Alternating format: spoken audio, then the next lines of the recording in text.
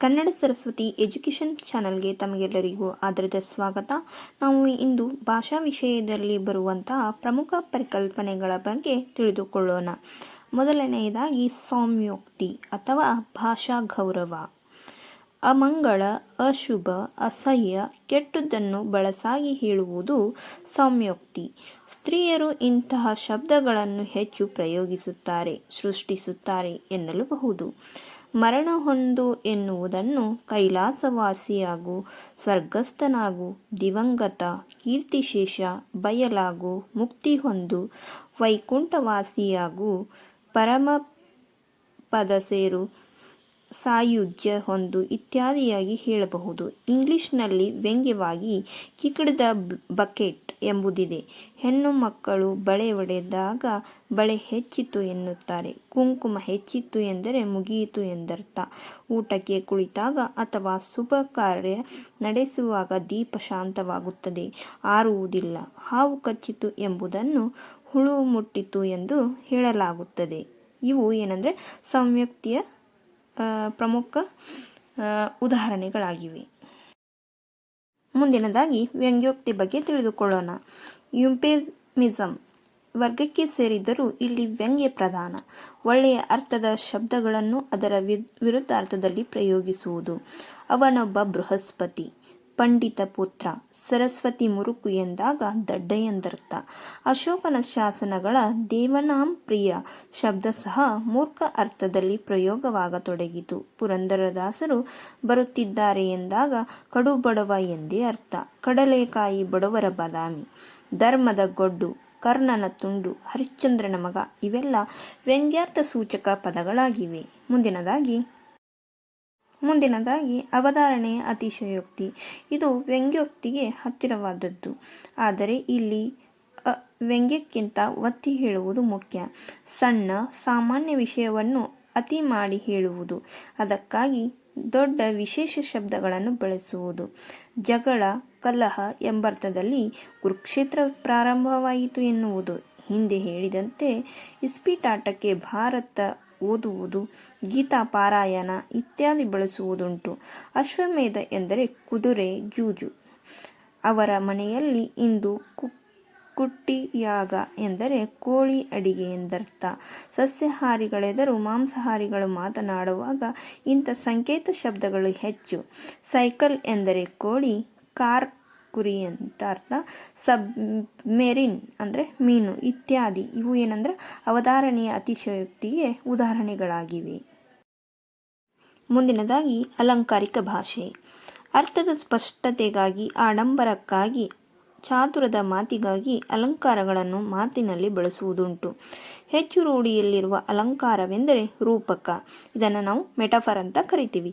ಇವು ವ್ಯಂಗ್ಯಾರ್ಥವಿಲ್ಲದೆಯೂ ತೀರ ಸಹಜವಾಗಿ ಸಂಭಾಷಣೆಯಲ್ಲಿ ಸೇರಿಸುವುದುಂಟು. ಭಗೀರಥ ಪ್ರಯತ್ನ ಒಂದು ರೂಪಕವಾಗಿ ವ್ಯಕ್ತಿ ಕೆಲಸ ಸಾಧಿಸಲು ಪಡುತ್ತಿರುವ ಕಷ್ಟವನ್ನು ತಿಳಿಸುತ್ತದೆ. ಹಿತ್ತಾಳೆ ಕಿವಿ, ಬಂಗಾರ ಮನುಷ್ಯ, ಹೂವಿನ ಸರ ಎತ್ತಿದಂತೆ, ಉದರ ವೈರಾಗ್ಯ, ಬೆನ್ನೆಲಿ ಕೂದಲು ತೆಗೆ, ಮೊಸರಿನಲ್ಲಿ ಕಲ್ಲು ಹುಡುಕು ಇತ್ಯಾದಿ ಈ ವರ್ಗಕ್ಕೆ ಸೇರುತ್ತವೆ ಅಂತ ಹೇಳಲಾಗುತ್ತೆ. ಮುಂದಿನದಾಗಿ ಅರ್ಥವಿಕಾಸ.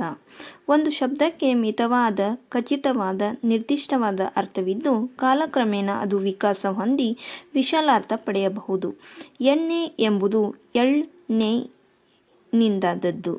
ಎಳ್ಳಿನ ಜಿಡ್ಡು ಎಂಬರ್ಥವಿತ್ತು. ಈಗ ಎಣ್ಣೆ ಜಿಡ್ಡು ಎನ್ನುವ ವಿಶಾಲಾರ್ಥ ಪಡೆದಿದೆ. ಬೇವಿನೆಣ್ಣೆ, ಹೊಂಗೆ ಎಣ್ಣೆ, ಕಡಲೆಕಾಯಿ ಎಣ್ಣೆ, ಕೊಬ್ಬರಿ ಎಣ್ಣೆ ಇತ್ಯಾದಿ. ಸಾಲದ್ದಕ್ಕೆ ಎಣ್ಣೆಯ ಮೂಲ ಎಳ್ ಎಂಬುದು ಮರೆತು ಹೋಗಿ ಎಳ್ಳೆಣ್ಣೆ, ಹುಚ್ಚೆಳ್ಳೆಣ್ಣೆ, ಅಚ್ಚೆಳ್ಳೆಣ್ಣೆ ಪ್ರಯೋಗದಲ್ಲಿವೆ. ಆಗ ಎಳ್ಳೆಣ್ಣೆಯ ಎಳ್ಳೆಣ್ಣೆ ಆಗುತ್ತದೆ. ಹಾಗೆ ಓಲೆ ಶಬ್ದ ಓಲೆ ಎಂದರೆ ಎಲೆಯಿಂದ ಮಾಡಿದ, ಸುಳಿ ಸುತ್ತಿ ಮಾಡಿದ ಕಿವಿಯ ಆಭರಣ ಎಂದರ್ಥ. ಬೆಂಡು ಅದಿಕ್ ಓಲೆ ವೆಂಡೋಲೆ ಎಂಬಲ್ಲಿ ಬೆಂಡಿನಿಂದ ಮಾಡಿದ ಕಿವಿಯ ಆಭರಣ ಅಥವಾ ದಿಂಡಿನಿಂದ ಮಾಡಿದ ಆಭರಣ. ಈಗ ಎಲೆ ಬೆಂಡುಗಳು ಮಾತ್ರವಲ್ಲದೆ ಚಿನ್ನದೋಲೆ ವಜ್ರದೋಲೆಗಳಾಗಿವೆ. ಸಾಲದು ಎಂಬಂತೆ ಬೆಂಡನ್ನು ಸೇರಿಸಿ ಮುತ್ತಿನ ಬೆಂಡೋಲೆ ವಜ್ರದ ಬೆಂಡೋಲೆ ಎನ್ನುವುದು ರೂಢಿಯಾಗಿದೆ. ನಿರ್ದಿಷ್ಟ ಅರ್ಥದ ಓಲೆ ವಿಶಾಲ ಅರ್ಥ ಪಡೆಯಿತು. ಓಲೆಗೆ ಕಿವಿಯ ಆಭರಣ ಅರ್ಥವಿಲ್ಲದೆ ಪತ್ರ ಲೆಟರ್ ಅರ್ಥವು ಬಂದು ಎಲೆಯ ಮೇಲೆ ಬರೆಯುತ್ತಿದ್ದರಿಂದ ಮಾರೋಲೆ ಅಂದರೆ ರೀಪ್ಲೈ, ಸುತ್ತೋಲೆ, ಸರ್ಕ್ಯುಲರ್ ಅರ್ಥಗಳು ವ್ಯಾಪಿಸಿವೆ. ಇದು ಒಂದು ಅರ್ಥ ವಿಕಾಸಕ್ಕೆ ಉದಾಹರಣೆಯಾಗಿವೆ. ಇದು ಮೊನ್ನೆ PDO ಮತ್ತು VA ಎಕ್ಸಾಮ್ನಲ್ಲಿ ಪ್ರಶ್ನೆಯಾದಂತಹ ಅರ್ಥ ವಿಕಾಸದ ಪರಿಕಲ್ಪನೆಯಾಗಿದೆ ಅಂತ ಹೇಳಲಾಗುತ್ತೆ. ಮುಂದುವರಿದು ನೋಡಿದಾಗ ಚೊಂಬು ಶಬ್ದ ಸಹ ಅಷ್ಟೇ. ಚೊಂಬು ಚನ್ ಅದಿ ಪೊನ್ನಿಂದಾದ ಶಬ್ದ. ಚನ್ ಕೆಂಪಾದ ಎಂದರ್ಥ. ಪೊನ್ ಎಂದರೆ ಲೋಹ ಸಾಮಾನ್ಯ ಅರ್ಥವಿತ್ತು. ಚಂಬು ಶಬ್ದದಲ್ಲಿ ಎರಡು ಬಗೆಯ ಕ್ರಿಯೆ ನಡೆದಿದೆ.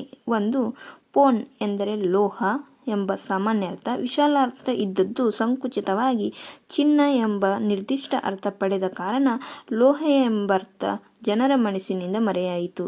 2 ಚನ್ ಪೋನ್ ಎಂದರೆ ಕೆಂಪಾದ ಲೋಹ, ತಾಮ್ರ ಎಂಬರ್ಥವಿತ್ತು. ಆದ್ದರಿಂದ ಮಾಡಿದ ಪಾತ್ರೆಯನ್ನು ಚನ್ನು ಮೂಲಾರ್ಥ ಮರೆಯಾಗಿ ಅರ್ಥ ಅಥವಾ ಅರ್ಥ ವಿಕಾಸ ಹೊಂದಿ ಬೆಳ್ಳಿ ಚಂಬು, ಹಿತ್ತಾಳಿ ಚಂಬು, ಚಿನ್ನದ ಚಂಬು ಆದವು.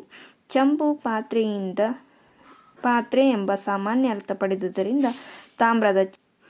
ತಾಮ್ರದ ಚಂಬು ಎಂದು ಹೇಳುತ್ತೇವೆ. ಇದು ದ್ವಿರುಕ್ತಿಯೂ ಆಗುತ್ತದೆ. ಚೊಂಬು ಎಂದು ಸಮರೂಪಧಾರಣೆಯು ಮಾಡಿದೆ. ಇದು ಏನಂದ್ರೆ ಅರ್ಥ ವಿಕಾಸಕ್ಕೆ ಉದಾಹರಣೆಗಳ ಆಗ್ಯವೆ ಅಂತ ಹೇಳಲಾಗತ್ತೆ. ಮುಂದಿನದಾಗಿ ಅರ್ಥ ಸಂಕೋಚ. ವಿಕಾಸದ ವಿರುದ್ಧವಾದುದು ಸಂಕೋಚ. ವಿಶಾಲ ಅರ್ಥ ಪಡೆದಿದ್ದ ಶಬ್ದಗಳು ಯಾವುದಾದರೂ ಒಂದು ವಿಶಿಷ್ಟ ನಿರ್ದಿಷ್ಟ ಅರ್ಥದಲ್ಲಿ ಸೀಮಿತವಾಗಿ ಪ್ರಯೋಗವಾಗುತ್ತವೆ. ತಮಿಳಿನಲ್ಲಿ ನೈ ಎಲ್ಲ ಜಿಡ್ಡುಗಳಿಗೂ ಅನ್ವಯಿಸುತ್ತಿತ್ತು. ಈಗ ಹಸುವಿನ ತುಪ್ಪ ಎಂಬರ್ಥಕ್ಕೆ ಸೀಮಿತವಾಗಿದೆ. ಕನ್ನಡದಲ್ಲಿ ಎಣ್ಣೆ, ಬೆಣ್ಣೆ ಮುಂತಾದ ಸಮಾಸ ಪದಗಳಲ್ಲಿ ಮಾತ್ರ ಉಳಿದು ಸ್ವತಂತ್ರ ಬಳಕೆಯಾಗಿ ನೈ ತಪ್ಪಿ ಹೋಗಿದೆ. ಸಂಧ್ಯಾ ಎಂದರೆ ಸಂಧಿ, ಸಮಯ, ಪ್ರಾತಃ ಸಂಧ್ಯಾ, ಸಾಯಂ ಸಂಧ್ಯಾ ಎರಡಕ್ಕೂ ಅನ್ವಯಿಸುತ್ತಿತ್ತು. ಈಗ ಸಾಯಂಕಾಲ, ಸಂಜೆ ಅರ್ಥದಲ್ಲಿ ಮಾತ್ರ ಬಳಸಲಾಗುತ್ತದೆ. ಹಿಂದೆ ತಿಳಿಸಿದಂತೆ ಪೋನ್ ಅರ್ಥ ಲೋಹ ಎಂಬುದು ಸೀಮಿತವಾಗಿ ಚಿನ್ನ, ಹೊನ್ನು ಎಂದಾಗಿದೆ. ಕೂಸು ಎಂದರೆ ಮಗು, ಶಿಶು ಎಂಬರ್ಥ ಬಂದಿದೆ. ಹಿಂದೆ ಇದಕ್ಕೆ ಸ್ತ್ರೀ ಎಂಬರ್ಥವಿತ್ತು. ಕೊಡಗೂಸಿನಲ್ಲಿ ಈಗಲೂ ಆ ಅರ್ಥವಿದೆ. ಕೊಡಲಿರುವ ಕೂಸು ಕೊಡಗೂಸು. ಹೆಣ್ಕೂಸು ಸೇರಿ ಪೆಣ್ಣೂಸು, ಹೆಂಗಸು ಆಗಿದೆ. ಇದು ದ್ವಿರುಕ್ತಿಯೇ. ವಡ್ಡಾರದನೆ ಪಂಪನ ಕೃತಿಯಲ್ಲಿ ಹರೆಯದ ಹುಡುಗಿ ಅರ್ಥವಿದೆ. ಶಬ್ದಮಣಿ ದರ್ಪಣ ಕಾಲಕ್ಕೆ ಚಿಕ್ಕದು ಕಿರಿಯ ಅರ್ಥ ಬಂದಿತು. ಪ್ರಾಯಶಃ ಕೂಸಾದೊಡೆ ಅಭಿಪ್ರಾಯಂ ಕೂಸುಕ್ಕುಮೆ ಅಂತ ಹೇಳಲಾಗತ್ತೆ. ಮುಂದಿನದಾಗಿ ಉತ್ತಮಾರ್ಥ ಅಥವಾ ಅರ್ಥ ಶ್ರೀಮಂತಿಕೆ. ಒಂದು ಕಾಲಕ್ಕೆ ಹೀನಾರ್ಥ ಕೀಳು ಅರ್ಥ ಪಡೆದಿದ್ದ ಶಬ್ದಗಳು ಉತ್ತಮ ಅರ್ಥ ಪಡೆದು ರೂಢಿಯಲ್ಲಿವೆ. ಕೆಲವು ಶಬ್ದಗಳಿಗೆ ಒದಗುವ ಈ ಅರ್ಥ ಶ್ರೀಮಂತಿಕೆ ಅಪಮೌಲ್ಯಕ್ಕೆ ವಿರುದ್ಧವಾದದ್ದು. ಹೊಂದು ಎಂದರೆ ಸಾಯುವುದು ಎಂದರ್ಥವಿತ್ತು ಹಳಗನ್ನಡದಲ್ಲಿ. ಈಗ ಪಡೆಯುವುದು ಎಂದಾಗಿದೆ. ತಮಿಳಿನ ಕಳಪ್ಪು ಶಬ್ದಕ್ಕೆ ಸುರಪಾನದಿಂದಾಗುವ ಸಂತೋಷ ಎಂಬರ್ಥವಿತ್ತು. ಈಗ ಎಲ್ಲ ಬಗೆಯ ಸುಖ ಸಂತೋಷಕ್ಕೆ ಭೋಗಕ್ಕೆ ಅನ್ವಯಿಸುತ್ತದೆ.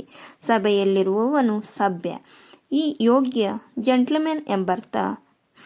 ಪೀತಾಂಬರ ಎಂದರೆ ಹಳದಿ ವಸ್ತ್ರ ಮಾತ್ರವಾಗಿತ್ತು. ಈಗ ಶ್ರೀಮಂತರ ಜರಿ ಕೂಡಿದ ವಸ್ತ್ರ ಅರ್ಥ ಪಡೆದಿದೆ. ಮೂಗುತಿ ಎಂದರೆ ಮೂಗು ಕುತ್ತಿ, ಮೂಗು ಚುಚ್ಚಿ ಎಂದರ್ಥ.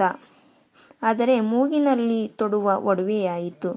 ಲಾರ್ಡ್ ಮತ್ತು ಲೇಡಿ ಎಂದರೆ ಬ್ರೆಡ್ಡು, ರೊಟ್ಟಿಯ ರಕ್ಷಕ, ರೊಟ್ಟಿಯ ನೀಡುವವಳು ಎಂಬರ್ಥವಿದ್ದುದು ಶ್ರೀಮಂತ ಅರ್ಥ ಪಡೆಯಿತು.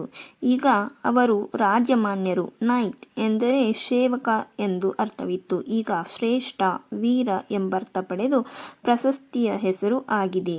ನೈಟ್ಹುಡ್ ಅಂದರೆ ಪ್ರಶಸ್ತಿ ಆಗಿದೆ ಅಂತ ಹೇಳ್ಬೋದು. ಮೂಲತಃ ಫೇಮ್ ಎಂದರೆ ವರದಿ. ಈಗ ಪ್ರಸಿದ್ಧಿ, ಕೀರ್ತಿ. ಸಭಿಕ ಎಂದರೆ ಕುಡುಕ ಎಂಬರ್ಥ ಹೋಗಿ ಈಗ ಸಭಾಸದ ಎಂದಾಗಿದೆ. ಇವೇನೆಂದರೆ ಉತ್ತಮಾರ್ಥ ಅಥವಾ ಅರ್ಥ ಶ್ರೀಮಂತಿಕೆಯ ಉದಾಹರಣೆಗಳಾಗಿವೆ ಅಂತ ಹೇಳಲಾಗತ್ತೆ. ಮುಂದಿನದಾಗಿ ಹೀನಾರ್ಥ ಅಥವಾ ಅಪಮೌಲ್ಯ.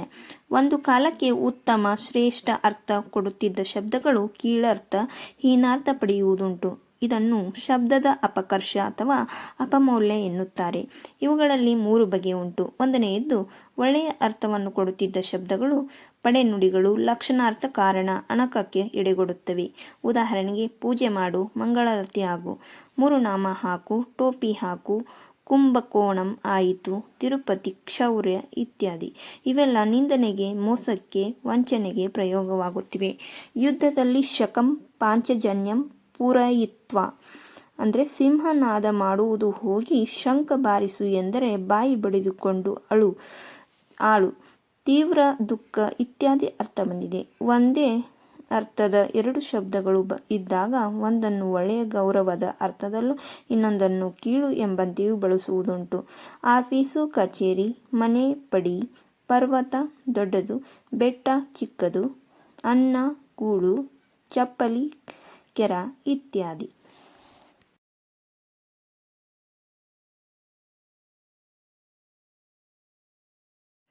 ಮುಂದಿನದಾಗಿ ಅರ್ಥಾಂತರ.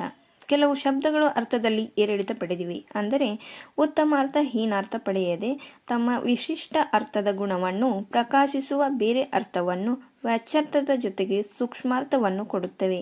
ಇದಕ್ಕೆ ಅರ್ಥಾಂತರ ಎನ್ನುತ್ತಾರೆ. ಉದಾಹರಣೆಗೆ ಪಾದರಸ, ಆಮೆ, ಕುಂಟು ಕುದುರೆ, ಕತ್ತೆ, ಚೌಕಟ್ಟು, ಕತ್ತರಿ, ಕೋರಿ, ವಕ್ರ, ಸಪ್ಪೆ, ಊಟ, ಬರೆ, ಎಳೆ, ಕೊಕ್ಕೆ, ನೇಣು, ಎತ್ತಂಗಡಿ ಇತ್ಯಾದಿ. ಇವುಗಳಲ್ಲಿ ವ್ಯಾಚ್ಯಾರ್ಥವಲ್ಲದೆ ಸ್ವಭಾವ ಗುಣ ಕ್ರಿಯೆಯ ಸಂಬಂಧಿಸಿದಂತೆ ಸೂಕ್ಷ್ಮ ಅರ್ಥವೂ ಸೇರಿರುತ್ತದೆ. ಆಮೆಯ ನಡೆಗೆ ನಿಧಾನ, ಪಾದರಸ ಚುರುಕು ಚಂಚಲ, ಕತ್ತೆಯ ಮೊಂಡುತನ ದಡ್ಡತನ, ಕತ್ತರಿಯ ಕ್ರಿಯಾರ್ಥ, ಖಾರದ ಊಟದಲ್ಲಿ ಮಾಂಸಾಹಾರ ಊಟದ ಖಾರ ಇತ್ಯಾದಿ ಸೂಕ್ಷ್ಮಾರ್ಥಗಳು ವಿಶೇಷಾರ್ಥಗಳು ಸೂಚಿಸುತ್ತವೆ. ಇವೇನೆಂದರೆ ಅರ್ಥಾಂತರಕ್ಕೆ ಉದಾಹರಣೆಗಳಾಗಿವೆ. ಮುಂದಿನದಾಗಿ ಪರಿಸರಾರ್ಥ ಮೌಲ್ಯ. ಸ್ಥಳ ಪರಿಸರದ ಕಾರಣ ಕೆಲವು ಶಬ್ದಗಳು ಬೇರೆ ಅರ್ಥವನ್ನು ಪಡೆಯುತ್ತವೆ. ಉಪ್ಪ ಎಂದರೆ ಕಾಡು ಕೋಣ. ಜನ ವಲಸೆ ಹೋದಾಗ ಅಲ್ಲಿಯ ಪ್ರಾಣಿಯನ್ನು ಉಜ್ಜಿ ಎಂದರು. ಚರ್ಚಿನ ಆವರಣದಲ್ಲಿ ಫಾದರ್ ಮದರ್ಗೆ ಬೇರೆ ಅರ್ಥ ಸೂಚಿತ. ಆಸ್ಪತ್ರೆಯಲ್ಲಿ ಸಿಸ್ಟರ್ ಶಬ್ದಕ್ಕೂ ಅರ್ಥ ಬೇರೆ.